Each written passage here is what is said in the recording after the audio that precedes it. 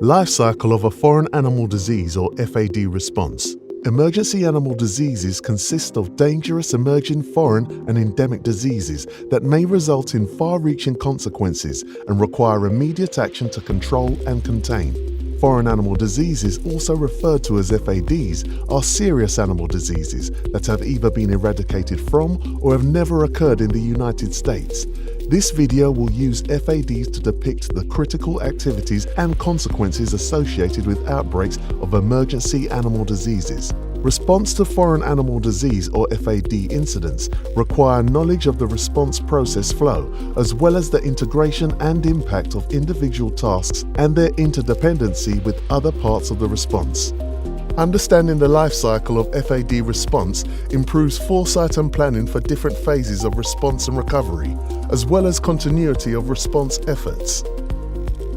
The first 48 hours of the life cycle of an FAD response is the detection stage. Regardless of the response strategy or strategies adopted, early detection and field operations that act with speed and certainty to identify the source of infection and stop the FAD agent from spreading further will decrease the size and duration of the outbreak. Suspicious cases can be identified during routine surveillance or reported by a private veterinarian, laboratory, or animal owner. Upon receiving a suspicious animal report, the state animal health official dispatches a trained FAD diagnostician to conduct an epidemiological investigation. The diagnostician assesses risk, collects appropriate samples to submit to the lab, communicates biosecurity measures with the owner, and issues a notice of quarantine for the suspicious infected premises. If a premises tests positive for an FAD, a preliminary laboratory report may be provided to the state animal health official by a national animal health laboratory, network laboratory, at which time a presumptive positive status is assigned to the premises. The official laboratory report from the National Veterinary Service Laboratory confirms the positive status of the samples. This moves the FAD response to the next stage, initial response, which is 24 to 96 hours after detection. The Incident Management Team, or IMT, is formed and activated during the initial response. The IMT is typically comprised of state animal health officials and USDA personnel who work collaboratively to command and control the incident. A delegation of authority should be issued by each responding agency to the IMT incident commanders. Depending on the size, disease agent, and complexity of the incident, the approach to incident management will be scalable and adaptable. The IMT establishes coordination with the cooperating and assisting agencies, including multi-agency coordination groups, to organize activities and to prioritize the incident demands for critical competing resources.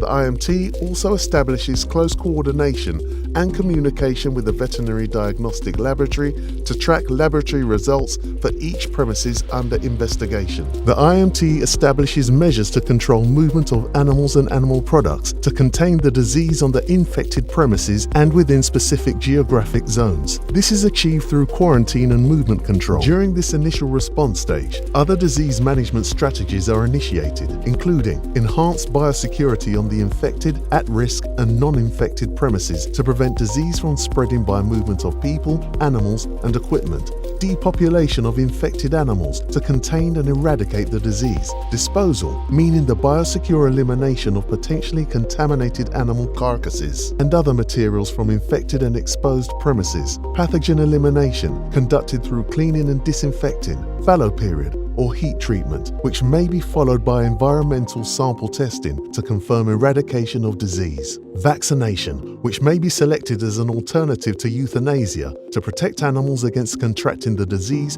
or as a supplemental strategy to control and eradicate FAD.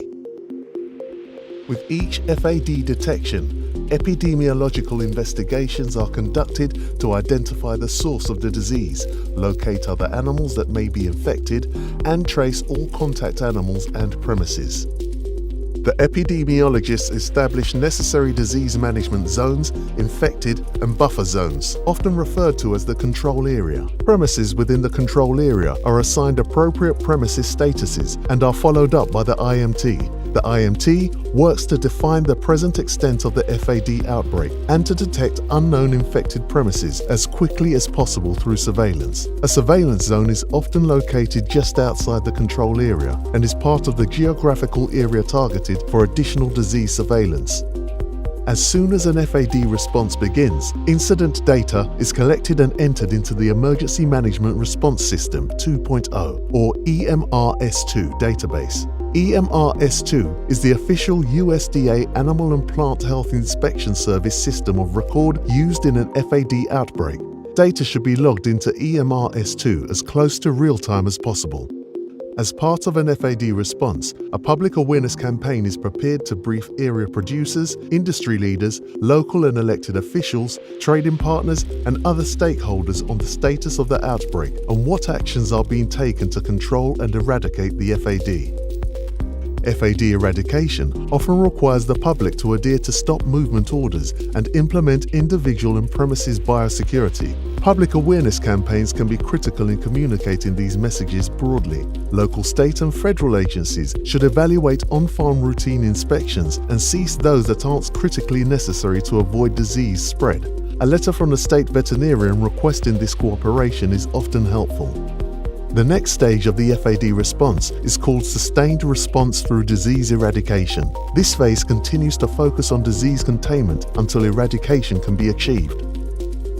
Depending on the scale of the incident, such as the number of infected animals and the geographic and animal demographic characteristics of the infected zone, the response efforts can be extended for months to years, focusing on disease containment and eradication. During the sustained response stage, personnel and equipment resources may be modified or scaled based on the size and complexity of the outbreak, and the IMT may be expanded as needed. Quarantine and movement control are continuously evaluated, and managed movement is established through permitting and continuity of business plans. Epidemiologists also continue to monitor information and intelligence management systems and adjust the regulatory control areas as required. Advanced epidemiology activities occur to uncover the nature of the disease, risk factors of transmission, and other outbreak characteristics that will shape the response efforts, including the extent of regulatory intervention to determine the size and scope of control areas. Surveillance activities are expanded, and passive surveillance, including a sick call hotline, may be activated. Continuity of business activities are initiated, with a high emphasis on producer-enhanced biosecurity and active surveillance. Through a permitting process, managed movements of non-infected animals and non-contaminated products are allowed on non-infected premises within control areas. Disease management strategies are continued to detect, control, contain, and ultimately eradicate the disease in domestic animals. Each new disease detection triggers a series of IMT activities such as depopulation, disposal, cleaning and disinfection, epidemiological investigations, quarantine, movement controls, and re-evaluating control area boundaries, and this cycle continues until disease detections diminish significantly.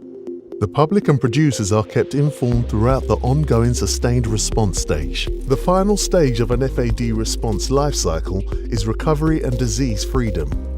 When absence of disease in the region warrants, the IMT will plan and implement activities to regain disease-free status by fulfilling World Organization for Animal Health, or WOAH requirements. The WOAH Terrestrial Code specifies surveillance requirements for member nations reapplying for recognition of freedom from disease for the entire country or region. WOAH disease recognition may facilitate international trade. A continuous evaluation of the disease through advanced epidemiological planning results in recommendations to modify the long-term and intermediate disease control measures for a successful eradication effort. This advanced planning includes sampling strategies to validate disease eradication in the region, calculating sampling schemes to comply with WOAH requirements for disease freedom recognition, developing and executing a surveillance plan to achieve disease freedom. When disease eradication is confirmed, the IMT, with concurrence from the state veterinarian, will release quarantine and movement control restrictions, indicating the geographical area is free from the disease agent. Finally, using data collected throughout the response that is archived in EMRS2, The IMT works with the USDA national staff to provide the required information and documents necessary to request WOAH recognition of disease freedom. This completes the life cycle of a foreign animal disease response as an example of an emergency animal disease response. Every stage of an FAD response contributes to the immediate containment, control, and eradication of disease to secure our food supply and reduce the risk to public health.